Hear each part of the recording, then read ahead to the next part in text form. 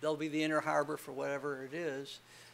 But our city will never reach the potential, nor be the kind of place that we all take pride in living in. So I show up this morning and I get credit, but here we are talking about what I think is a central issue for all of us. And that's why it was interesting that we had this dinner last night, because all of the leadership of the universities within the city of Baltimore recognize that if we don't work together to solve the urban issues of our city, Baltimore will continue to decline and be a shadow of what it could be. And then just from a selfish standpoint, although we're doing fine in Midtown, but from a selfish standpoint, if you look at the other places many of our universities sit, they will be in significant difficulty. So I'm happy to say, as usual, this center is out front. And it's a place to have pride in. It's a place to recognize the good work.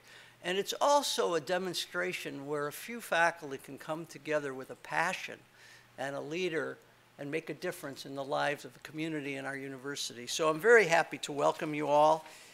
I know that this is going to be an engaged and exciting day, and I'm proud to have the moment to say welcome to you. So thank you very much.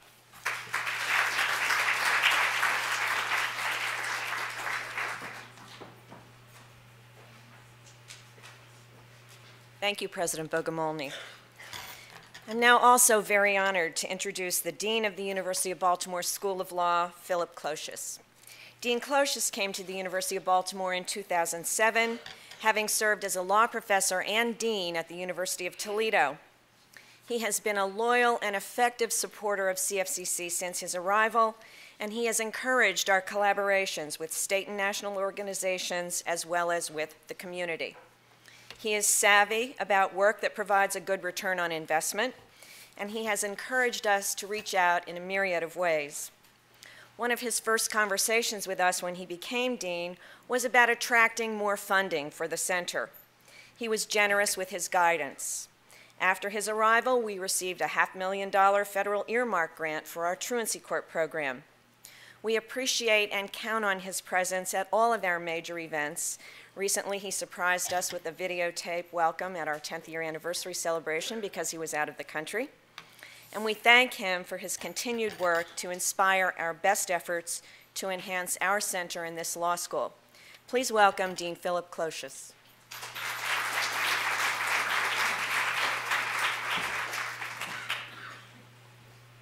The second guy who gets to come up and take some credit, even though I did absolutely nothing except support this. So thank Barbara and the CFCC staff for doing all the work. One of the things I wanted to quickly touch on, when I deal with the CFCC, people kind of frequently ask me, this is great stuff, but what's a law school doing being involved in something that seems so far away from law? And I would just emphasize to you that law schools have changed. About 15 years ago, we pretty well stayed within our teaching. We pretty well talked about law. We pretty well put people out there.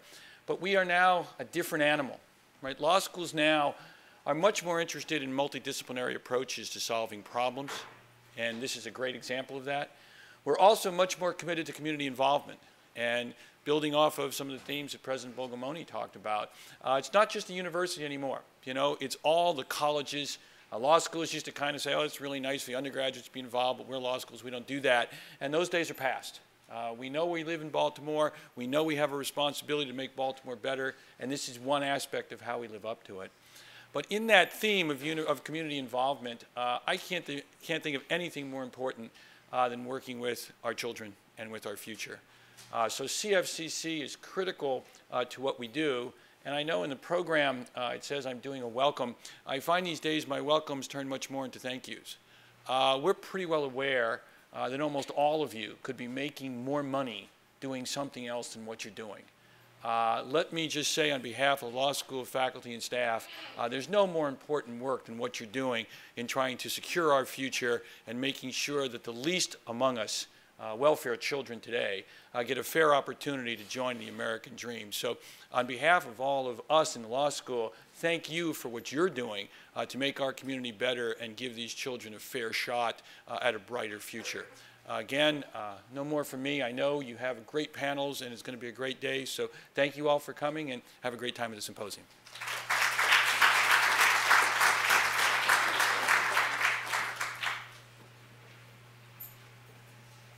Well, I'm going to forego my 8 pages of introductory remarks so that we can stay on schedule and just tell you a little bit about the center.